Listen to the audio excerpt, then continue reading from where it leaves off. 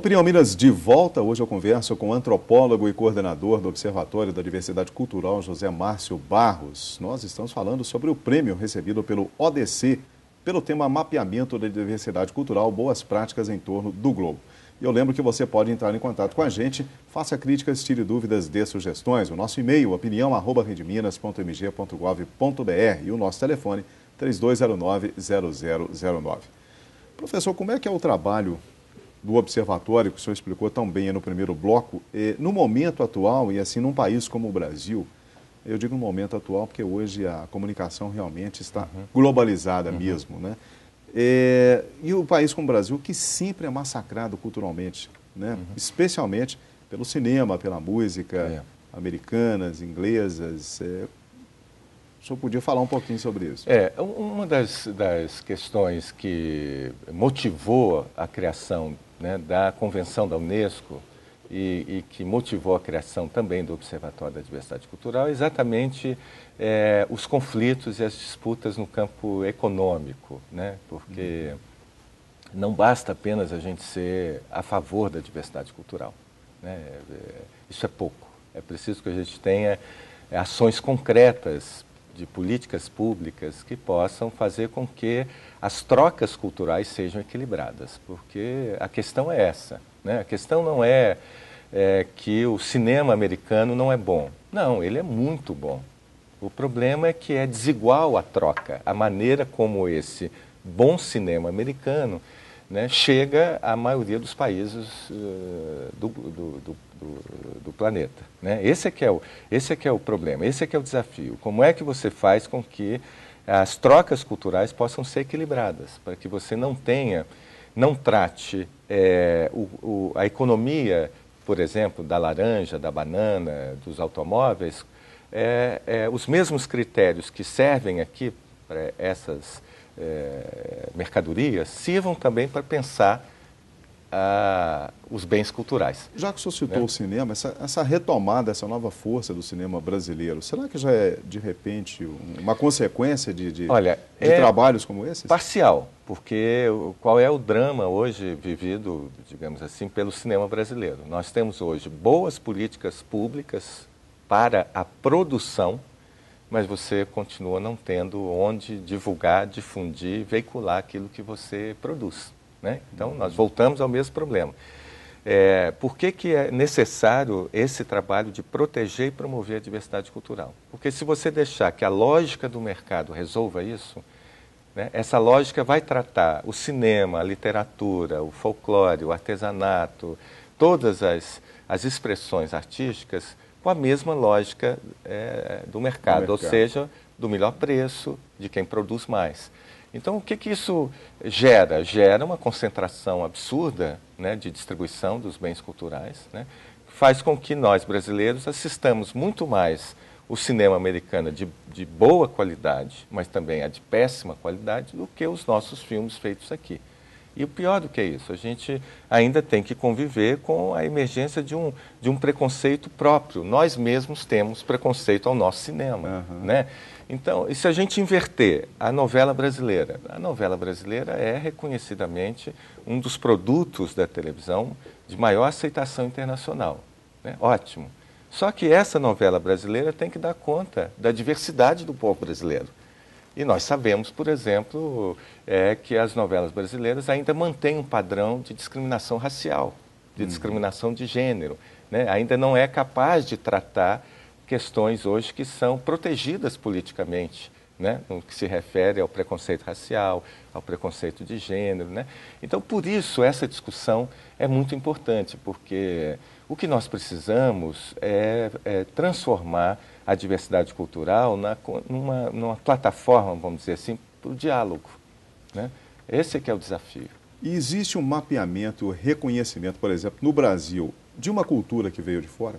Isso já é realidade, por exemplo? Sim, sim. O Brasil, desde a sua origem, né, o Brasil, o que nós chamamos de Brasil, o que nós chamamos de cultura brasileira, por mais que nós afirmemos que é a nossa cultura, a cultura brasileira, desde o início, ela é o resultado de trocas as mais diversas com todos os continentes do mundo, né? Nós fomos colonizados pela Europa, nós tivemos a presença, né, da cultura africana através dos escravos. Nós tínhamos aqui povos indígenas, mas o que se chama hoje de cultura brasileira é o resultado de uma troca cultural muito maior com todos os continentes do mundo. Então, a presença de cultura externa no Brasil existe desde o início, né? E isso gerou fusões, né, formas híbridas muito ricas, né? Se você vai ao sul do Brasil, você encontra um diálogo cultural entre a cultura brasileira e a cultura europeia, que é muito rica. Se você vai ao Nordeste, você encontra outras formas de diálogo. Então, a gente, quando fala de diversidade, de cultura brasileira, não estamos falando daquilo que é só nosso. Uhum. Nós estamos falando daquilo que é a expressão da capacidade que nós tivemos de dialogar com outras culturas e de inventar. Por exemplo, olha o Carnaval, né? Muita gente acha que o Carnaval é uma festa brasileira. Não, não é uma festa brasileira. É uma festa que veio com a imigração europeia, mas que ela foi tão incorporada ao nosso universo que hoje ela é nossa cara, nossa expressão, né? Democracia é como resolvemos nossos problemas, as diferenças e os embates, e não como os eliminamos. Uhum. Essa frase é do senhor, né? Se não me engano, num seminário esse ano lá na Bahia. Isso, pois Eu achei muito interessante, queria repercutir isso. Porque a diversidade cultural, ela tem uma dimensão, vamos dizer assim, que é mais antropológica, simbólica, que é exatamente...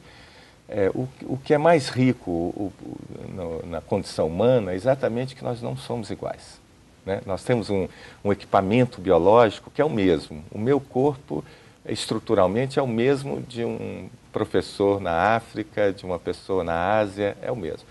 Mas apesar dessa unidade biológica tão fundamental e tão maravilhosa, nós somos muito diferentes. E isso é o grande patrimônio antropológico que o homem tem.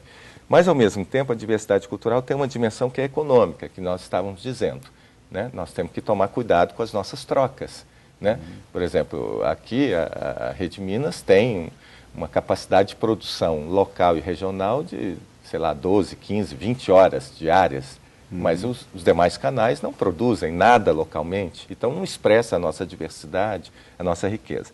E tem uma outra dimensão que é essa, que é a política.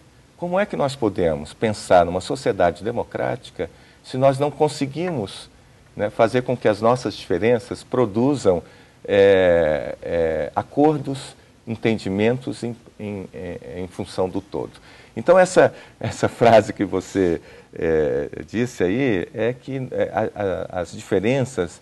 A democracia exige da gente uma capacidade de aprendizagem de como conviver com as nossas diferenças. O senhor acha que, especialmente aqui em Minas, as pessoas têm um pé atrás, fogem dos conflitos, dos embates, sempre tendo uma visão negativa disso?